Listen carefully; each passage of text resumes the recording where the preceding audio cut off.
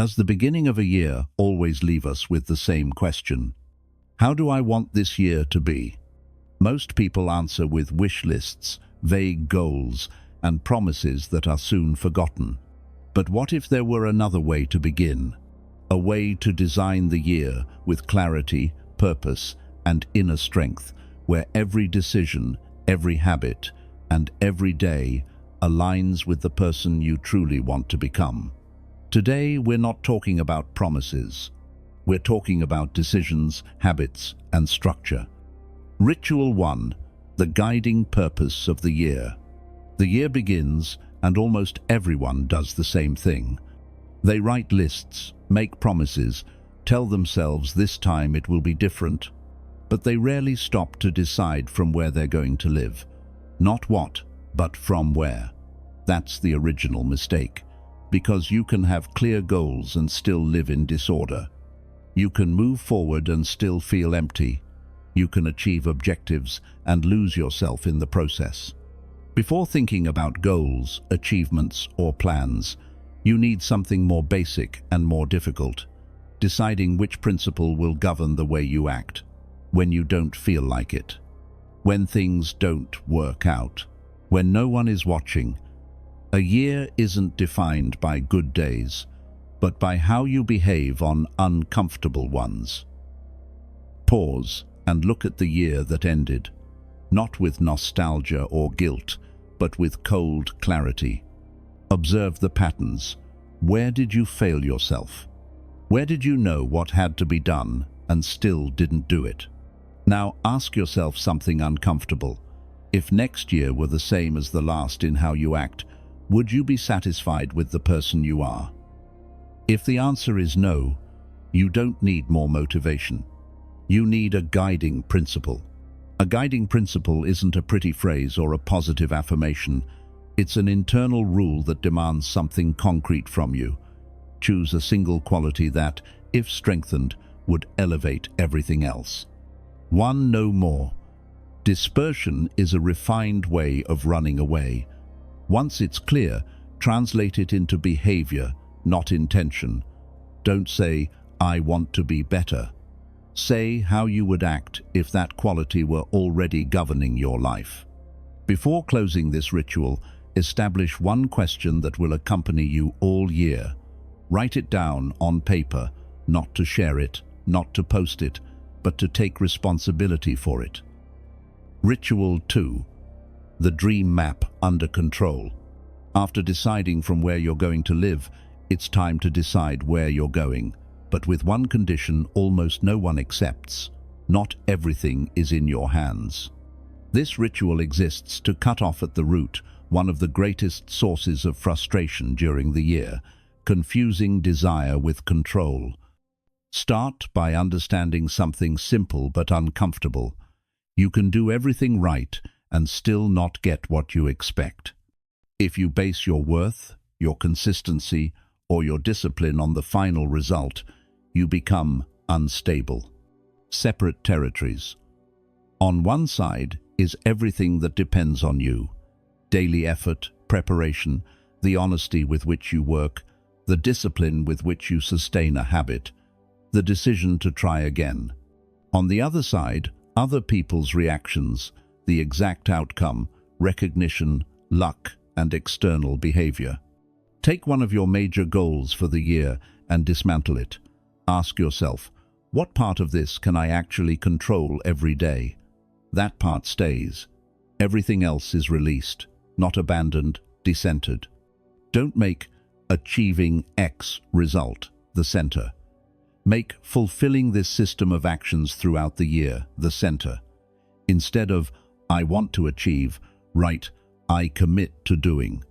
Every goal must be executable, even on a bad day. If not, it's not a goal, it's a fantasy. Ritual 3. Essential goals. After clarifying where you live from and what's under your control, a temptation appears, wanting to do everything. It feels good at first, but it's false. It's not clarity, it's overload. And overload always ends in abandonment. If you could only accomplish 3 or 4 goals this year, Which would you choose so the year would still be worth it? Not the ones that make you look good, but the ones that would truly change your daily life. Reducing is not giving up. Reducing is choosing. Ask one by one, is this essential or secondary? Does this serve my purpose or just distract me? Do I want this or do I want it to meet others' expectations? A few well-chosen goals have more power than many poorly sustained ones. Put each goal through a simple test. Can it hold up on difficult days? If a goal only works when you're motivated, rested, and problem-free, it's not a goal, it's an illusion. Ritual 4. Minimum daily discipline. At this point, the most common mistake is relying on motivation. It won't be there. Motivation is unstable, emotional, cyclical. This ritual exists for when you don't feel like it. Minimum daily discipline doesn't aim for maximum performance or accelerated progress. It aims for continuity, for keeping the thread from breaking. Ask yourself what the smallest action is that, if completed, keeps you aligned with your purpose and essential goals. Not the most impressive, the most sustainable. Declare it non-negotiable. It doesn't depend on mood, context, or circumstances. It isn't debated, adjusted daily, or postponed with future promises. It gets done, period. Keeping a small promise to yourself every day reinforces your identity as someone you can trust. Also, define the time of day when you'll complete this habit. Don't leave it to chance. Chance always favors the excuse. Ritual 5. The worst-case scenario. Now it's time to face something no one wants to consider. Everything can fail. This ritual isn't pessimistic, it's realistic, and in reality lies strength. Visualizing the worst-case scenario doesn't mean giving up. It means preparing. What's the worst plausible thing that could happen if the year unfolds according to your fears? The worst that could truly hit you? Write it down and give it concrete form. The next step is deciding how you'll act.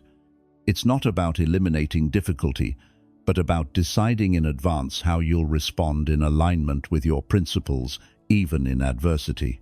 These decisions made ahead of time free your energy to act with clarity instead of reactivity. Even if you don't control outcomes, you always control how you act. That's real freedom. Ritual 6.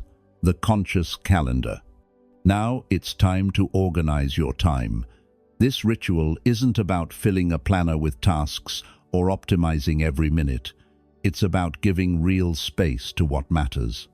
Most people let the year fill itself commitments, messages, urgencies. What's important is left for the gaps, if anything remains. Think in blocks of time dedicated to training your body, your mind, and your character. Training the body isn't optional or aesthetic, it's functional. Energy, endurance, and mental clarity. Schedule brief but regular workouts. Make this block non-negotiable. Training the mind means studying, reflecting, writing, reading, practicing. Block specific time for it. Don't improvise. Improvisation often turns into omission. Training character means practicing coherence, honesty, temperance, patience, acting with integrity even when no one notices. Give these moments of self-evaluation a place in your calendar as well. Flexibility kills consistency. If your body, mind, and character are untouchable blocks, other commitments will adjust around them, not the other way around. Closing nightly review in one line. The nightly review is a precise and honest check-in. Did I keep my minimum daily discipline? Did I act in line with my identity? Did I protect my time blocks, or did I give in to dispersion? The nightly review ensures the year doesn't slip away and that every day counts. May your habits, identity, and discipline grow stronger continuously. If you've enjoyed the content, we invite you to subscribe and give it a like to support us. Share this video with your family or loved ones if you think it could be helpful to them.